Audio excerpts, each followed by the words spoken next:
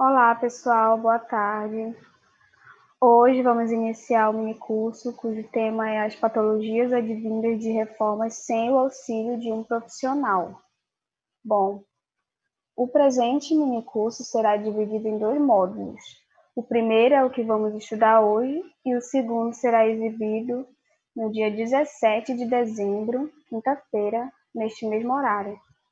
Portanto, fiquem ligados para não perder a segunda parte, pois ela é tão importante quanto essa. Nosso grupo é composto por mim, Lisa Bruna, Taine Araújo, Vitória Rigueto e Vinícius Rian. Somos acadêmicos do sexto período de Engenharia Civil no Instituto Federal de Educação, Ciência e Tecnologia de Rondônia, campus Porto Velho, Calama. Então, vamos iniciar. Próximo. Conceitos iniciais. Primeiramente, de acordo com os estudos, a palavra patologia é de origem grega e ela vem de diversas áreas da ciência, inclusive da medicina, na qual significa anormalidade. Já na construção, o significado tem o mesmo sentido que na medicina. A patologia na construção civil ocorre quando uma construção apresenta defeitos, ou então quando ela não atende mais às funções para as quais ela foi projetada, né? Ou seja, esse termo está consolidado no setor de reabilitação e conservação de edificações. Quando algum edifício apresenta defeitos, ele, de forma a não atender adequadamente uma ou várias das funções dele, nas quais são os motivos dele ter sido construído, deve ser feito um conserto. E aí, dessa maneira, o reparo de uma patologia possui a finalidade de recuperar essa função. Fazer inspeções, avaliar as estruturas e diagnosticar a patologia na construção civil são tarefas que necessitam ser executadas de maneira periódica. E dessa forma, os resultados e as ações de manutenções precisam cumprir de maneira efetiva a recuperação da construção. Próximo. Bom, através desse gráfico aí, podemos observar as principais causas das patologias na construção civil, que é o uso, o planejamento, o projeto, materiais e execução. Mas ele será estudado mais à frente. Próximo. Bom, agora a gente vai falar um pouquinho sobre as patologias em si. A patologia das edificações, também chamada de patologia das construções, vem sendo um tema bastante estudado nos dias atuais. Na verdade, na questão das patologias, gente, existem umas referências a este assunto. Existe um código que se chama o Código de Hammurabi, que é um texto mesopotâmio escrito há cerca de 4.000 anos atrás, que apresenta um conjunto de leis escritas para a sociedade daquela época, porém muito conhecida por sua referência à lei de Talião, aquela lei do olho por olho, dente por dente.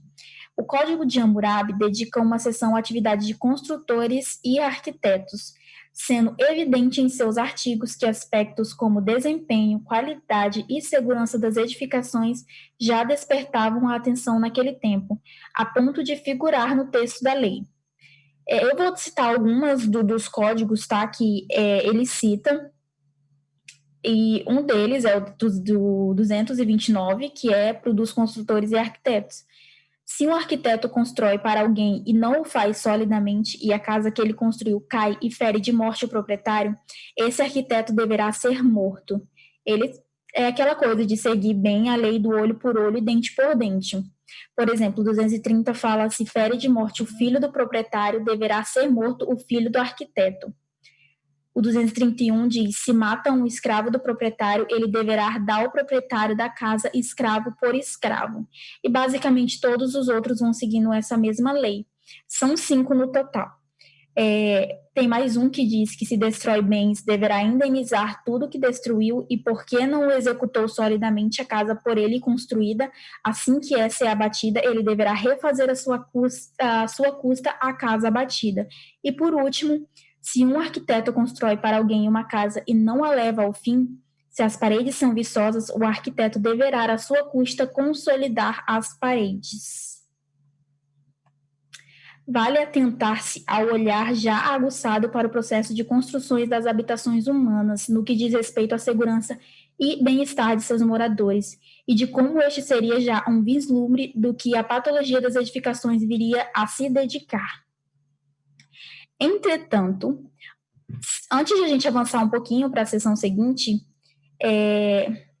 vale deixar registrado a reflexão sobre a responsabilidade técnica civil e penal, que é a penal ou criminal, que repousam sobre o profissional da engenharia e também da arquitetura nos dias de hoje.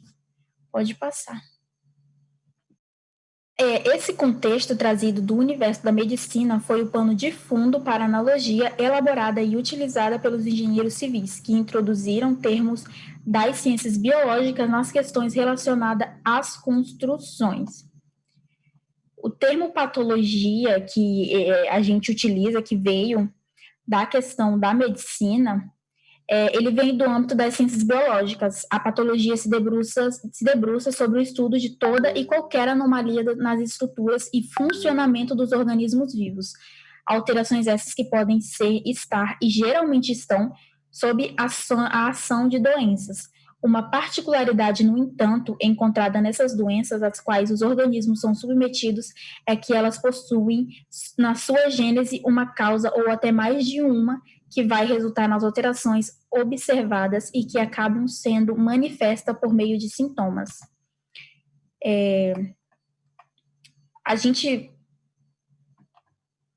O ponto-chave para a adesão desses termos é a correspondência traçada entre, por exemplo, uma edificação e o corpo humano, que são objetos de estudo dessas duas grandes áreas do conhecimento humano. Como a questão da palavra patologia veio da medicina, a gente faz umas comparações do corpo humano com uma edificação. O que seria essa comparação, de como seria, o que é, por exemplo, nos próximos slides que nós vamos mostrar, a questão de uma comparação mesmo do corpo humano com a própria edificação, tá? Pode passar.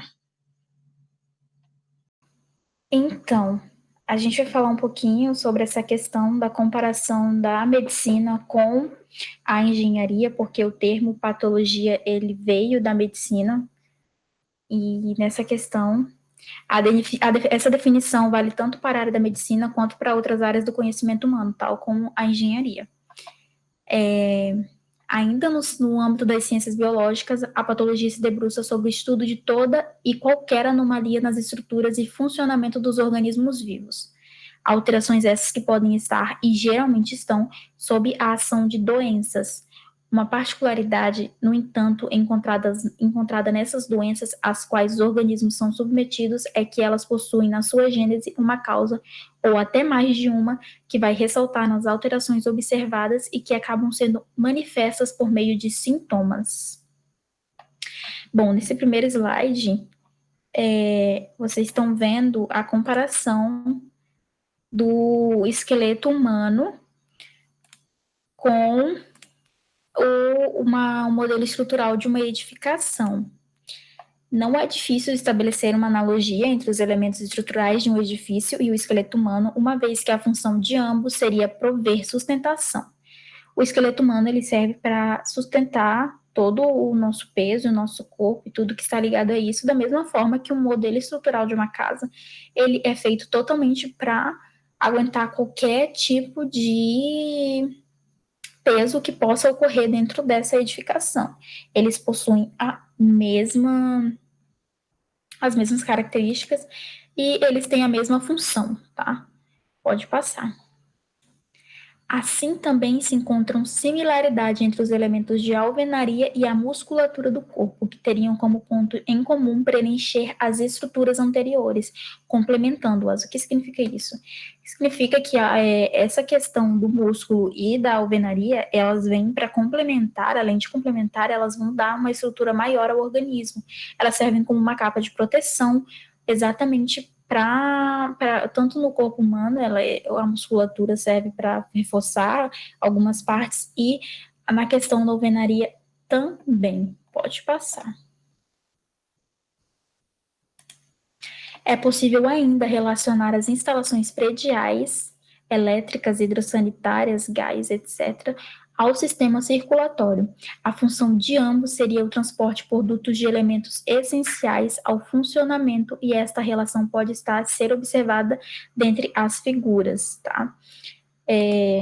O sistema circulatório humano é bem parecido, como eu coloquei numa foto, de um sistema hidrossanitário residencial. Eles possuem basicamente uma função bem parecida e visualmente são parecidos também, como vocês podem analisar.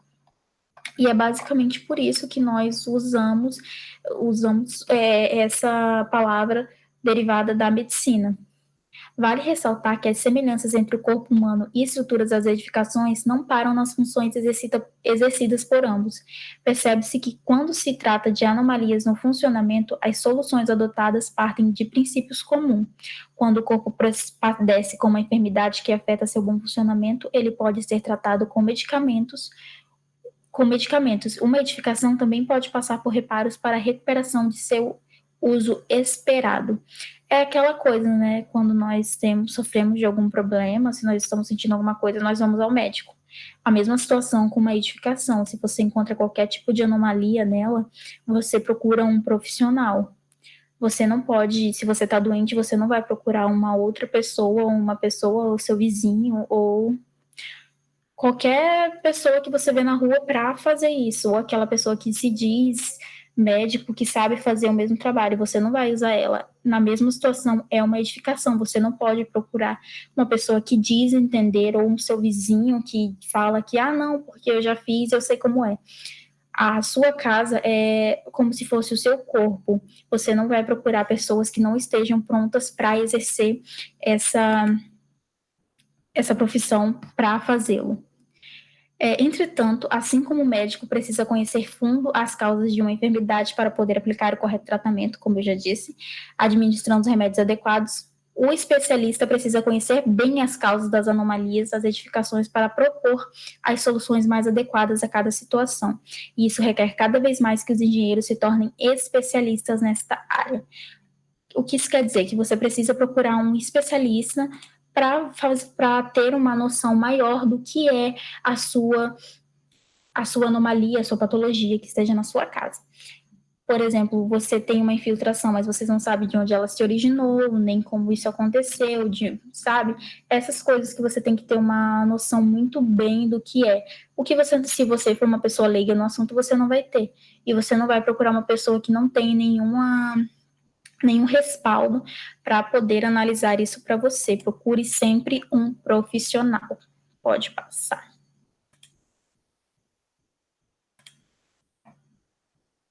Agora a gente vai falar um pouquinho da patologia das construções. O termo patologia das construções, a qual seria a área da engenharia responsável por investigar as manifestações patológicas possíveis de ocorrerem em uma construção. A profilaxia, ela remete aos meios para evitar ou prevenir doenças. Na engenharia, seriam as medidas utilizadas para evitar anomalias ou problemas na edificação. Vem do grego profilaxis, eu não sei muito bem pronunciar, significando cautela.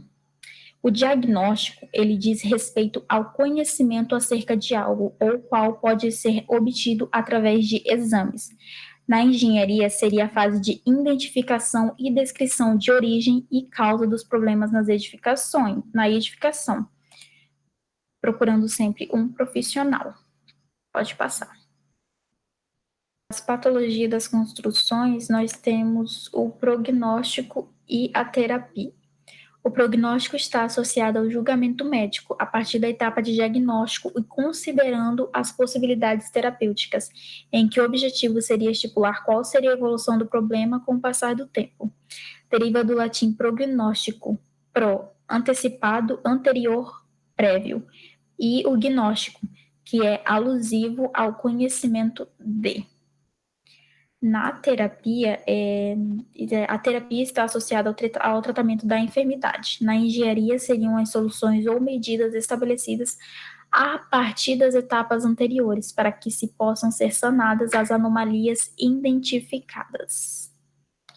Pode passar. Bom, a anamnese é a palavra que deriva do grego ana, trazer de novo, e mnesis, memória, e caracteriza-se como uma entrevista conduzida pelo profissional da área da saúde com o intuito de estabelecer junto ao seu paciente qual é o ponto de partida no diagnóstico da enfermidade, ou seja, uma entrevista para relacionar cada fato que esteja ligado à doença e ao paciente. Da mesma forma, na engenharia, é a questão de quando você vai dar o. Você conversa com o proprietário da obra e verifica a questão da edificação e estuda todas essas áreas para você conseguir entender o que está se ocorrendo. Próximo. As manifestações patológicas. Uma vez estabelecida essa compreensão acerca de como a engenharia se inspirou na medicina ao longo do tempo para chegar ao estudo da patologia das construções, avançamos agora para o conceito de manifestação patológica. Por manifestações patológicas se entendem as degradações identificadas na edificação, as quais podem ser geradas durante o período de execução da obra, que por emprego de métodos construtivos ou materiais inapropriados, ou na própria elaboração do projeto, ou ainda adquiridas ao longo do tempo pela utilização da edificação. Neste caso, as manifestações patológicas elas são definidas entre duas: as manifestações patológicas simples e as manifestações patológicas complexas. As manifestações patológicas simples se remetem àquelas que podem ser analisadas e resolvidas através de uma padronização, sendo mais evidentes tanto o diagnóstico quanto o tratamento das mesmas, e não demandando que o profissional responsável obrigatoriamente possua conhecimentos elevados sobre o tema. Um exemplo disso seria uma situação de corrosão de armaduras em um pilar, causando o desplacamento de concreto e argamassa de revestimento no mesmo, por conta da falta de cobrimento adequado para as armaduras e baixa qualidade do concreto utilizado, o que pode ser constatado em uma análise visual, conforme demonstrado na figura que está aí do lado, tá, gente? Que é uma manifestação patológica simples, que é, no caso, a corrosão da armadura. A manifestação patológica complexa, ela seriam aquelas que demandam análise muito mais criteriosa e detalhada, cujos os mecanismos de diagnóstico, inspeção e, consequentemente, de tratamento se distanciam daquelas mais convencionais e de rotina. Neste caso, espera-se que o responsável técnico possua conhecimentos mais aprofundados sobre a patologia das construções, para que se alcance com êxito a solução dos problemas encontrados. A exemplo disso, poderíamos citar as manifestações patológicas relacionadas à umidade, pois nem sempre o local onde a infiltração se manifesta por meio de manchas, mofo ou bolor, fissura, entre outros, coincide com o local de origem. Nem sempre essas patologias elas vão estar evidentes, por isso que precisa-se ter um conhecimento um pouco mais aprofundado. Então, apenas uma constatação visual não é o suficiente, sendo necessária uma investigação e métodos mais apurados, mas tais como tomografia infravermelha. Agora nós vamos falar um pouquinho sobre a distinção entre os termos patologia e manifestações patológicas. Cabe enfatizar uma ressalva sobre a distinção entre os termos patologia e manifestação patológica, tendo em vista uma confusão recorrente no uso dos mesmos. A patologia das edificações é o ramo da engenharia, ciência, responsável pelo estudo das causas e mecanismos de anomalias e problemas nas estruturas, enquanto a manifestação patológica é a própria expressão desses problemas encontrados nas edificações. Não raramente, esses termos distintos são utilizados equivocadamente como sinônimos, e muito frequentemente encontram-se manifestações patológicas sendo referenciadas como patologia, não só por leigos, mas também por profissionais. Uma vez identificado que as manifestações patológicas podem ter origem desde as etapas iniciais da edificação, como projeto e execução, e se estender para o tempo decorrido de sua utilização, percebe-se que, a despeito de se haver registro da preocupação com essas questões desde tempos antigos, este cuidado não conseguiu acompanhar durante muito tempo o avanço tecnológico e o emprego de novos materiais e métodos nas construções. Neste ponto, cabe um parêntese para explorar alguns conceitos fundamentais relacionados às manifestações patológicas. Pode mudar. Desses são as causa e origem, um desses. A causa geralmente é associada a um agente ou qual seria aquele responsável por desencadear a manifestação patológica. A exemplo, cita-se o surgimento de fissuras em uma viga de concreto armado por ação de momento fletor, cujo agente causador seria a carga a qual a viga encontra-se submetida, pois caso não haja a ação da carga, não haveria a fissura. No caso da origem, ela apresenta a origem da manifestação patológica relacionada à determinação da etapa ou fase do processo de construção onde a mesma teve seu início. Essas fases podem ser no planejamento, no projeto, fabricação de materiais, execução propriamente dita e uso. Então, a gente pode perceber que onde há as causas patológicas, onde a origem da manifestação patológica, é por isso que o profissional é tão importante e deve estar atento a essas questões, porque o planejamento é importantíssimo, o projeto, a fabricação de materiais e, óbvio, que os materiais que serão utilizados, né?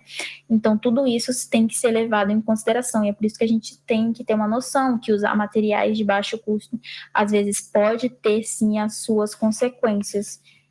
E é por isso que a gente sempre tenta manter um padrão bem alto. Próximo slide. Um outro desses fatores é o mecanismo, que é o processo através do qual a manifestação patológica se instaura e desenvolve. Nesse sentido, conhecer o mecanismo do problema é fundamental para uma terapêutica adequada.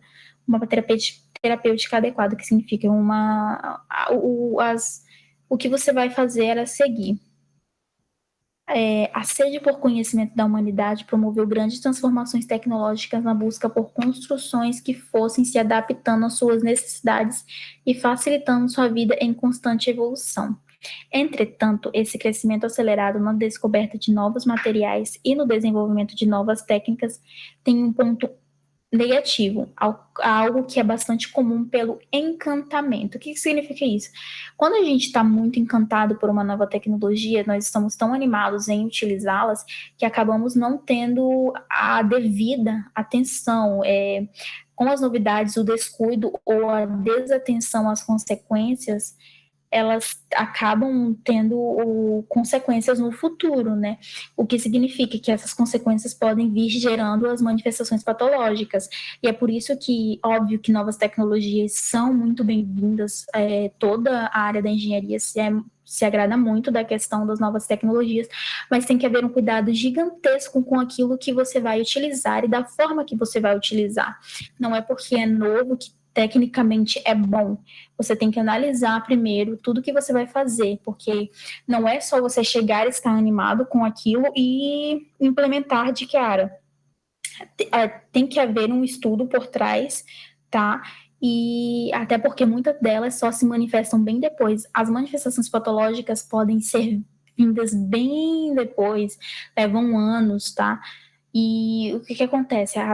O proprietário da obra nem vai perceber que foi um descuido da sua parte, porque essas novas tecnologias deixaram você tão encantado que quando você implementou elas, você acabou dando esse descuido, passou-se anos, o proprietário não vai saber que foi você, que o erro foi seu, então isso tecnicamente vai gerar um grande problema. Porém, já há algumas décadas a engenharia vem dedicando uma atenção especial ao ramo da patologia das edificações, fazendo que com esse cenário histórico venha se modificando bastante. É tecnicamente isso. Como nós vimos que a tecnologia foi avançando, o ramo das patologias das edificações também avançaram junto com as tecnologias, e nós tivemos que criar uma adaptabilidade para entender que nós tínhamos que resolver também, da mesma forma que nós criávamos problemas, nós temos que saná-los, tá? Porque muitas dessas patologias podem sim ocorrer com a sua má utilização da tecnologia, a má utilização não, perdão. o mau desenvolvimento da construção. A patologia das edificações se desenvolve apropriando-se também da consolidação de conceitos, processos e métodos, possibilitando o aprimoramento desse campo ainda muito amplo a ser desbravado. Próximo slide. A norma 15.575 foi criada com o intuito de estabelecer regras, pois a crescente avanço da tecnologia, citado anteriormente pela Thay, gerava inúmeros problemas. Dito isso, eu vou dizer um breve histórico até a criada dessa norma. Muitas décadas antes da última atualização da NBR, estudos sobre o tema já haviam sido iniciados em 1975. Já se encontram registros do Instituto de Pesquisa Tecnológica do Estado de São Paulo, começando sobre essa abordagem temática em suas pesquisas. Novos estudos na área são iniciados nas décadas de 80 e 90 do século passado, tendo acontecido uma pesquisa em 1998, em parceria com o IPT, o Programa Brasileiro de Qualidades e Produtividade do Habitat, que resultaram na criação de uma comissão de estudos da AMNT 2 anos depois. Ainda no ano de 2000, essas pesquisas foram alteradas para as conhecidas normas, a partir do convênio estabelecido entre a ABNT, Caixa Econômica Federal, e o Ministério de Ciência e Tecnologia do Trabalho. Em 2017, a primeira edição da ABNT da NBR 15.575 foi disponibilizada para consulta pública, e em julho de 2016 ela foi estabelecida e passou a vigorar no Brasil, como a NBR 15.575 de 2013, Edificações Habitacionais de Desempenho. Essa norma, dentre os seus objetivos, estabelece critérios que visam o conforto e segurança em edificações habitacionais, como expresso no próprio nome, é também mais conhecido como norma de desempenho, e aborda discussões na área da patologia das construções, na medida em que sua observação contribui para a redução na ocorrência de manifestações patológicas. Pode passar. E agora eu vou falar um pouco sobre como implementá-la. O primeiro passo é necessário levantar as condições de entorno e de exposição a que a edificação está submetida. Essas condições devem ser levantadas e posteriormente informadas aos projetistas, para que sejam adotadas na concepção do projeto. Por exemplo, pois um apartamento próximo a uma avenida movimentada estará de maior desempenho acústico quando comparado a um apartamento em uma rua tranquila e sem ruídos elevados.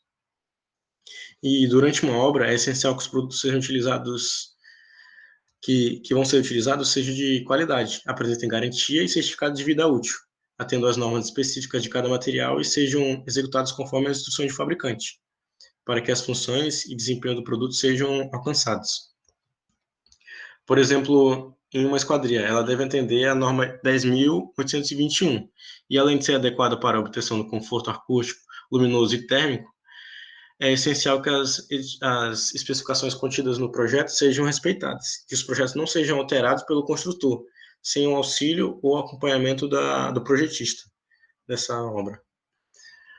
Por último, os projetistas e construtores devem informar o usuário da edificação quais as condições de manutenção, por meio de um manual de uso e operação da edificação. Esse manual deve conter todas as condições e manutenções necessárias, assim como a forma de realização e os prazos também.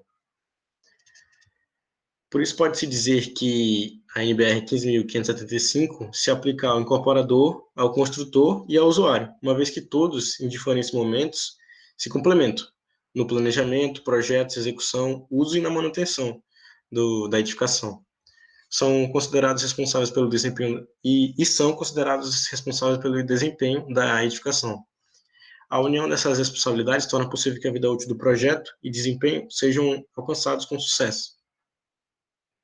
Dentro do conjunto normativo, compreende 6 partes, que são 6 requisitos que tem que seguir, que devem ser alcançados. E eu vou abordar mais para frente individualmente cada um. são os requisitos gerais, os requisitos para sistemas estruturais, os para pisos, para o sistema de pisos, os para sistemas de vedações verticais internas e externas, e o sistema de cobertura, como também os sistemas hidrossanitários. E tem locais onde essa norma não se aplica, que são em obras concluídas antes de 2013, mesmo que sejam habitacionais, que é onde ela atua, né?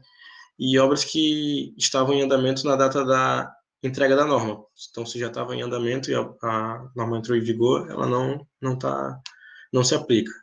Em projetos protocolados junto aos órgãos competentes, até que a data da norma entrasse em vigor, em obras de reforma, em edificações provisórias, hotéis e moradias estudantis. Pode seguir. Essa norma, ela estabelece critérios técnicos que abordam sobre os aspectos de segurança, habitabilidade e sustentabilidade. Nos elementos de segurança, ele deve conter uma segurança estrutural, uma segurança ao fogo e uma segurança no uso e operação. No de habitabilidade, ele deve obter estanqueidade, desempenho térmico, acústico e luminoso, saúde, higiene e qualidade do ar, funcionabilidade e acessibilidade, conforto tátil e visual. E na sustentabilidade, ele deve obter durabilidade, manutenibilidade e adequação ambiental. E além desses três parâmetros de segurança, habitabilidade e sustentabilidade, a NBR estabelece, a NBR 15.575 também descreve as condições de exposição, ou seja, os agentes internos e externos que devem ser levados em consideração durante a concepção do projeto. São eles os agentes mecânicos, agentes eletromagnéticos, agentes térmicos, agentes químicos e agentes biológicos. Esses parâmetros de segurança, habitabilidade e sustentabilidade têm como objetivo atender às exigências do usuário. Entretanto, o desempenho é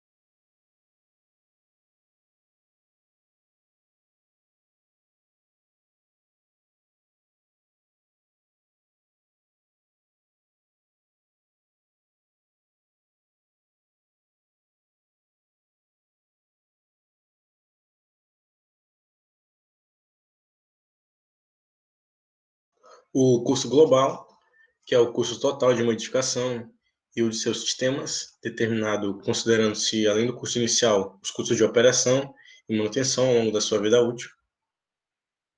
Degradação, que é a redução do desempenho devido à atuação de um ou de vários agentes de degradação. Desempenho, que é o comportamento e o uso de uma edificação e de seus sistemas. Pode passar.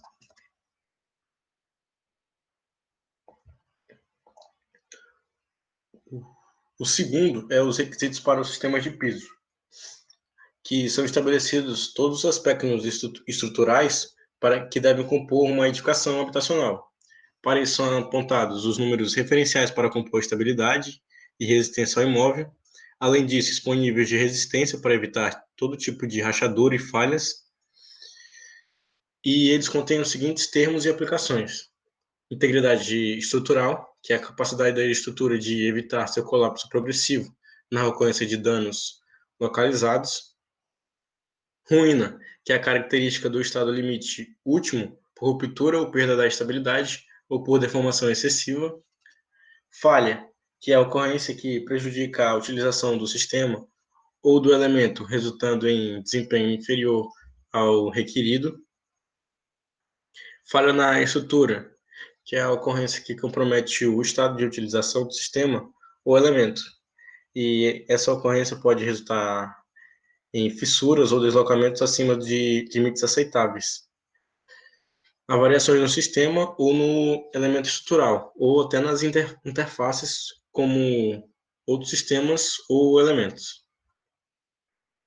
A deformação, que é a variação de distância entre os pontos de um corpo submetido a uma determinada tensão, com a modificação de sua forma e volumes primitivos. O deslocamento, que é um afastamento entre a posição deformada e o eixo original. A flecha, que é um afastamento máximo entre a posição deformada com a posição inicial de uma barra. A fissura de um componente estrutural, que é na superfície, uma fissura na superfície ou em toda a seção transversal de um componente, com abertura capilar provocada por tensões normais ou tangenciais. Essas fissuras podem ser classificadas como ativas, que são a variação da abertura em função dos movimentos, ou passivas, que é uma abertura constante.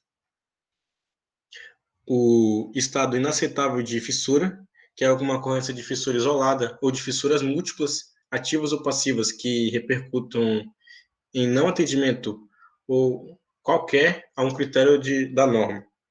E a trinca, que é uma expressão coloquial, qualitativa e aplicável às fissuras. Pode passar.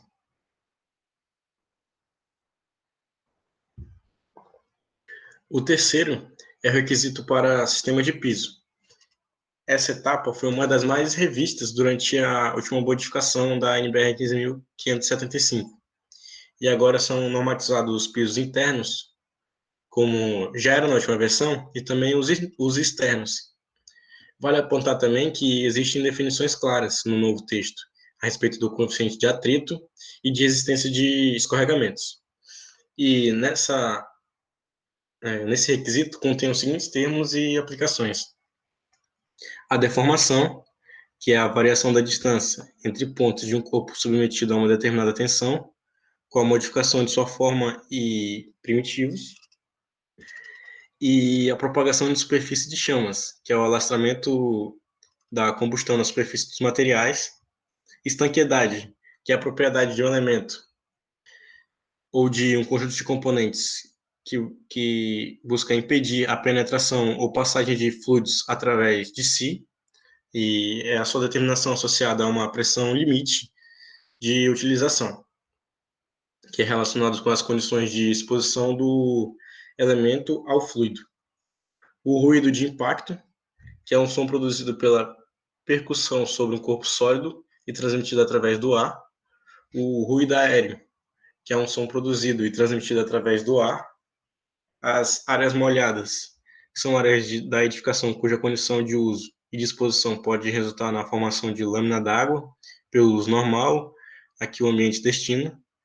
as áreas molháveis, que são áreas de edificações que recebem respingos de água decorrente da sua condição de uso e exposição, que não resultam na formação da lâmina. As áreas secas, que é onde as condições normais de uso e exposição são provenientes da utilização direta de água, como, por exemplo, lavagem de mangueiras, baldes de água, dentre outros, não prevista nem mesmo durante a operação de limpeza. A resistência ao fogo, que é a propriedade de suportar ao fogo e proteger ambientes contíguos durante a sua ação, caracterizada pela capacidade de confinar o fogo e de manter estabilidade ou resistência mecânica por um determinado período. A falha, que é a ocorrência que prejudica a utilização do sistema ou do elemento, resultando num desempenho inferior ao requerido. E pode passar.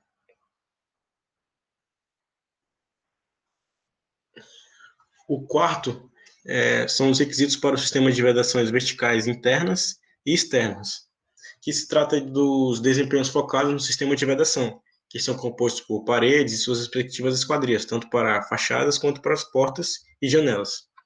Com isso, alguns requisitos devem ser levados em conta, como estanqueidade do ar, a estanqueidade da água, a estanqueidade contra rajadas de vento e a estanqueidade para oferecer conforto acústico e térmico. Ela contém as seguintes aplicações, que é o sistema vertical interno-interno, que é o SVV-IE, que é a parte das edificações habitacionais que limitam verticalmente a edificação e seus ambientes, como fachadas e paredes e divisórias internas. Ensaios de tipo, que é os ensaios de conformidade de um sistema de vedação vertical interna ou externa, com base em amostras representativas que produzam as condições de projeto e de utilização. Estado limite e último, que é o estado crítico em que o SVVIE não mais atende os critérios de desempenho relativos à segurança, ou seja, é o momento a partir do qual ocorre abaixamento perigoso dos níveis de segurança, com risco de colapso ou ruína desse sistema. A ruína pode ser caracterizada pela ruptura ou perda de estabilidade por deformações ou fissuras excessivas. O estado limite de serviço, que é o estado de solicitação do serviço a partir do qual começa a ser prejudicada a funcionabilidade e utilização e durabilidade desse sistema, configurando-se, em geral, pela presença de deslocamento acima do limite pré-estabelecido, aparecimento de fissuras ou outras falhas. O deslocamento, que é a perda de aderência entre o componente de acabamento e sua respectiva base, e a falha, que é a ocorrência que prejudica a utilização do sistema ou do elemento, resultando em desempenho inferior ao requerido. Pode passar.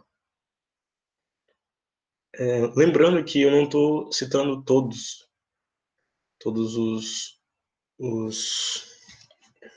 as tipologias e termos de aplicações, porque são vários. Por exemplo, em um tem 40, no outro tem mais 30, então eu estou resumindo bastante.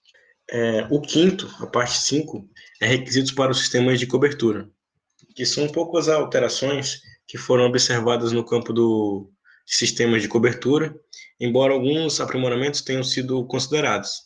É o caso dos requisitos a respeito da reação ao fogo, dos materiais de revestimento, de acabamento e de resistência contra fogo no sistema de cobertura. E ele contém os seguintes termos e aplicações. O sistema de cobertura, que é um conjunto de elementos e componentes disposto no topo da construção com a função de assegurar a estanqueidade, as águas pluviais e salubridade. Proteger contra os demais sistemas da edificação habitacional ou elementos e componentes da deteriorização por agentes naturais e contribuir positivamente para o conforto termoacústico da edificação habitacional. O telhado, que é o elemento constituído por telhas, peças complementares e acessórios. O telhado de alpendre, que é o telhado constituído ou formado por uma única água. O telhado duas águas, que é formado por dois planos inclinados que concorrem na linha da cumieira. O telhado de quatro águas, que é um telhado constituído por quatro planos inclinados na forma de triângulos e formando assim uma pirâmide, ou trapézios concorrentes em linhas de cumieira ou espigão. O telhado em árvore, que é um telhado com águas côncavas, água, pano ou vertente, que é cada um dos planos inclinados que constituem um telhado. Água mestra, que é a água principal de maior área, geralmente trapezoidal, existente em telhados de 3 ou 4 águas. Ático de desvão, que é o espaço compreendido entre o telhado e o forro, ou a laje do forro.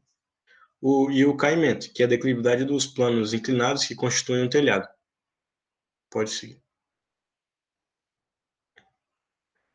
A parte 5 dessa norma, quanto aos requisitos, é para os sistemas hidrossanitários, que, por fim, é a sexta parte da NBR, que aponta os requisitos essenciais voltados aos sistemas prediais, tanto para água fria quanto para água quente, além de esgoto sanitário, ventilação e também os sistemas prediais e de águas pluviais.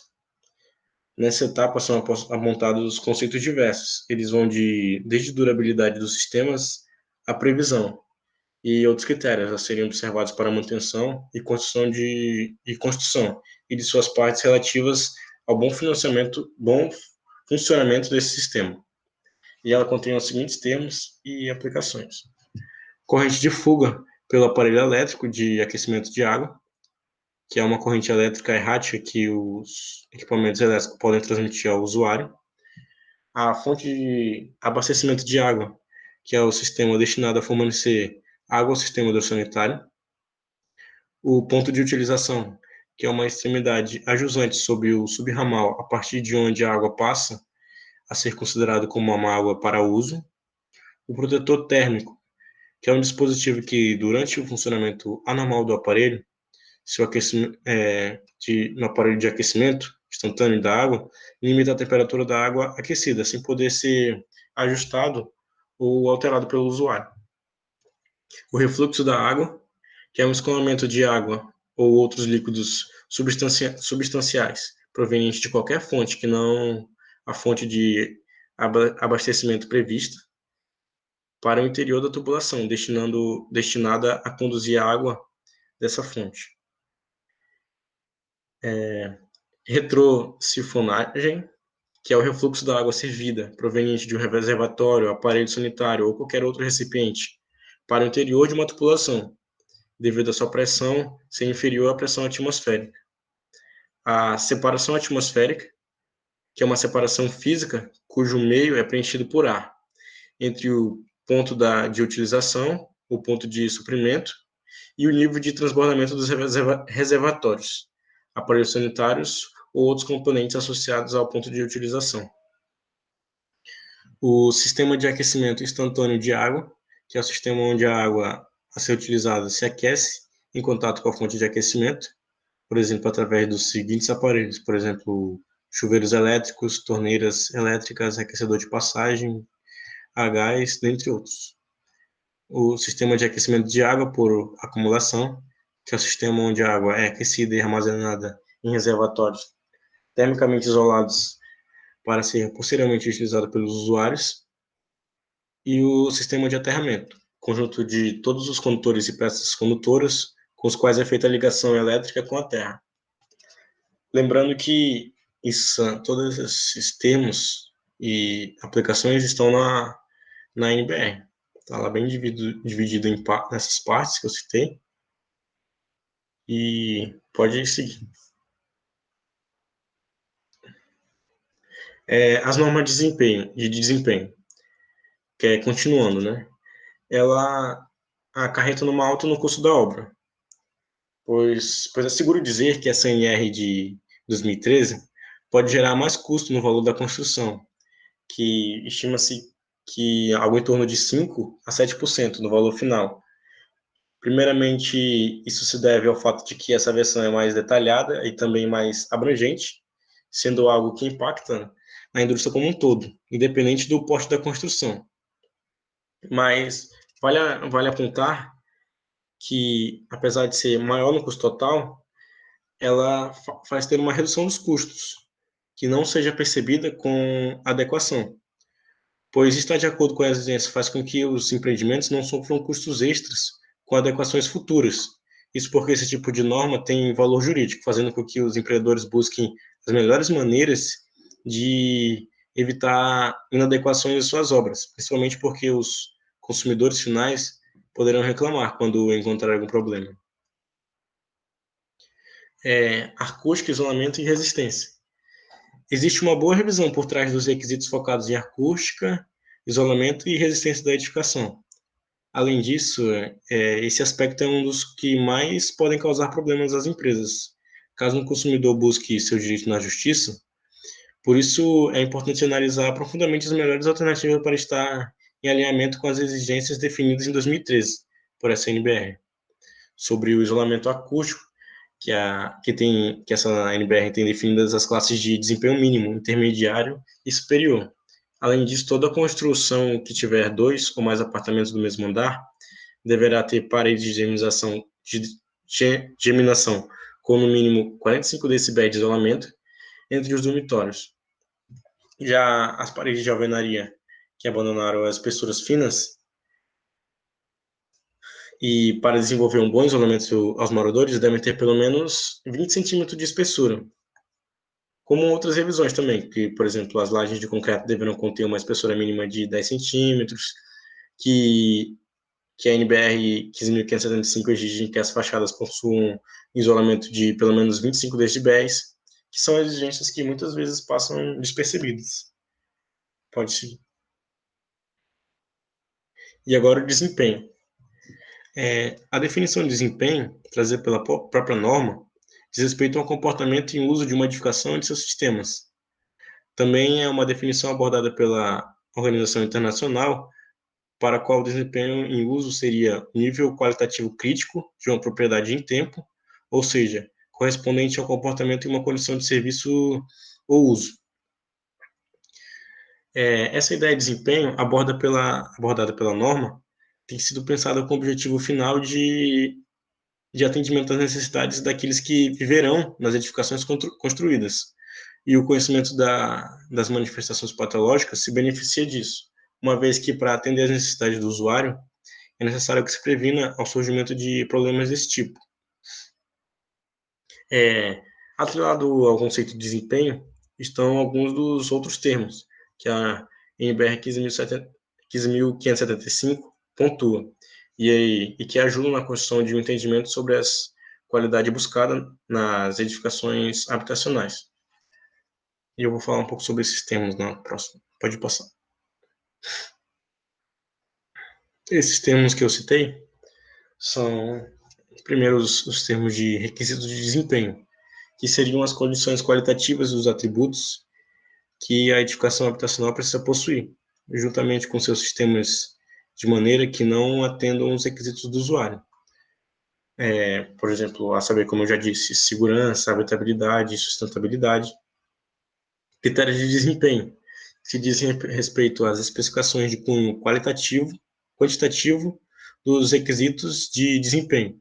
Esses critérios são apresentados na forma de quantidades mensuráveis que possam ser objetivamente determinados. Pode seguir.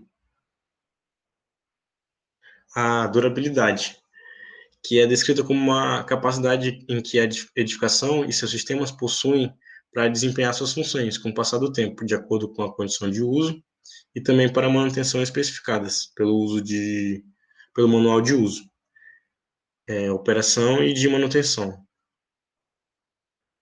Manutenção, que refere-se ao conjunto de atividades a serem executadas a fim de se assegurar a conservação ou mesmo a recuperação da capacidade funcional da edificação e dos sistemas que a compõem, de modo que sejam atendidas às necessidades do usuário.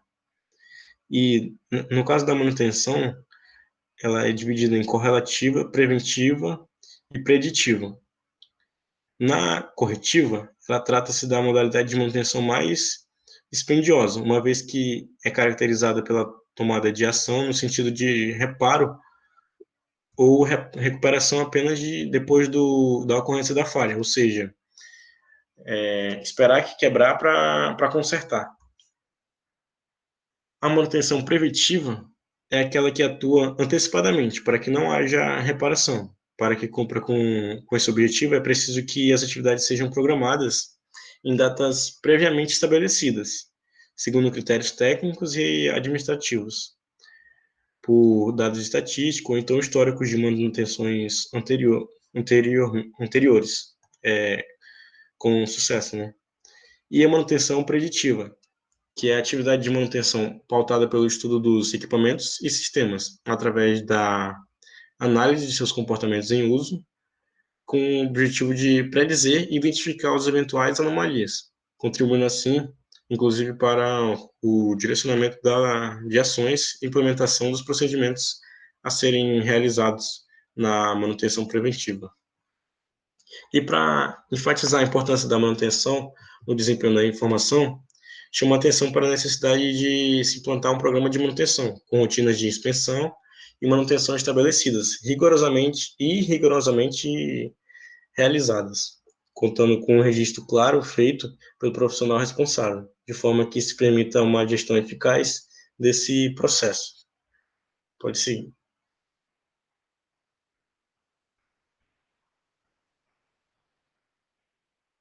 A manutenibilidade.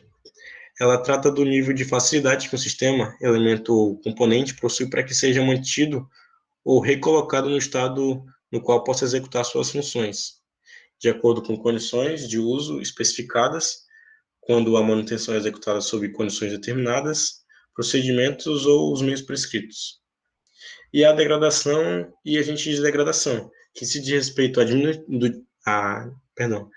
diminuição do desempenho da edificação ou de seus sistemas em decorrência da atuação de um ou de vários agentes de degradação, que está associado a tudo aquilo que se atua sobre o sistema, de forma a colaborar com a redução do seu desempenho. E, a partir dessa apresentação desses conceitos, em conformidade com a essência da patologia da edificação, é possível investigar que as causas das manifestações manifestações patológicas colaboram, assim, com a prevenção das mesmas. Se chega ao entendimento que uma das principais vantagens da aplicação dessa norma reside na possibilidade dos imóveis apresentarem um tempo de uso muito maior do que se não tivessem, né, essas normas sendo aplicadas. Ou seja, quer dizer que as edificações podem durar muito mais em decorrência dos cuidados adotados durante a execução e durante a utilização da edificação. Vida útil. De acordo com a NBR 15.575, a vida útil de uma edificação é uma medida temporal sobre sua durabilidade ou de seus sistemas. Ou seja, o tempo que esses elementos conseguem desempenhar as funções ou as atividades para as quais foram projetados, de modo que sejam aferidos os níveis mínimos de desempenho requeridos por essa norma, levando em consideração, inclusive, a realização das ações de manutenção. Ações estas que devem constar no manual de uso, operação e manutenção da edificação. Próximo slide. Bom, esse manual citado é elaborado com base nas orientações trazidas na NBR 14.037, que é o Manual de Operação, a qual estabelece desde o responsável pela elaboração e entrega, né, o construtor, o conteúdo a ser incluído no manual, até a linguagem a ser utilizada, para que seja de fácil compreensão. E também a maneira como vai ser disponibilizado. O manual utiliza ainda como referência a sua elaboração, a NBR 5.674, que é a manutenção de edificações, procedimento, no que diz respeito ao provimento de informações técnicas necessárias para o desenvolvimento das atividades de operação, uso e manutenção da edificação. O manual traz também como finalidade informar aos usuários as características técnicas da edificação construída, descrever procedimentos recomendáveis para o melhor aproveitamento da edificação, orientar os usuários para a realização das atividades de manutenção, prevenir a ocorrência de falhas e acidentes decorrentes de uso inadequado, contribuir para o aumento da durabilidade da edificação, que é a ABNT de 1998. Então, vale ressaltar que a NBR 15.575 traz uma observação sobre o conceito de vida útil, de modo que não se confunda a vida útil com prazo de garantia legal ou contratual. Além das operações de manutenção, alguns outros fatores influenciam também na vida útil da edificação. Eles são conhecidos como o uso apropriado da mesma e de suas partes, possíveis alterações no clima, níveis de poluição da região e mudanças no entorno com o passar do tempo e assim por diante, né? E dessa forma, o valor final alcançado pela vida útil será composto pelo valor teórico da vida útil do projeto, sobre a influência positiva ou negativa desses fatores listados. Bom, em outras palavras, se negligenciado o cumprimento integral dos programas definidos no manual de uso, operação e manutenção da edificação, bem como a incidência de ações anormais do meio ambiente, poderá ser verificado o desenvolvimento de manifestações patológicas, o que pode ocasionar, né, na redução do tempo de vida útil, podendo estes ficar menor que o prazo teórico calculado como vida útil de projeto. Todos os problemas relacionados à patologia podem ser decorrentes de trabalho executado de maneira incorreta. Por isso que é preciso levar em consideração que, assim como uma roupa, um celular ou um móvel tem uma vida útil, né, o mesmo acontece com os materiais que compõem uma edificação. Então, isso significa que, ao longo dos anos, as estruturas das construções estão sujeitas às ações do tempo, bem como de cargas e sobrecargas, impacto, erosão, cavitação, etc., né? Assim, portanto, a vida útil é o tempo em que uma estrutura consegue conservar sua resistência e sua funcionalidade frente a essas exposições, né? Proporcionando um ambiente seguro. Muitas das patologias apresentadas, né, nesse trabalho, quando aparecem após décadas de uso das edificações, não são um sinal de um mau trabalho, mas pode ser que é o momento de investir em manutenções para corrigir os danos feitos pelo tempo. Bom, pessoal, esse foi o nosso primeiro módulo do minicurso sobre patologias na construção civil.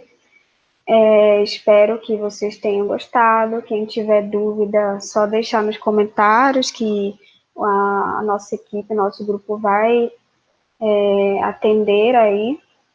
E fiquem ligados que na quinta-feira, dia 17, nós vamos exibir o segundo módulo. Ele vai ser a continuação aqui desse. Para você entender o segundo, você tem que assistir esse. Então, já se inscrevam, ative o sininho para não perder o horário. Ele vai ser neste mesmo horário. Espero que todos tenham gostado. Até a próxima. Tchau.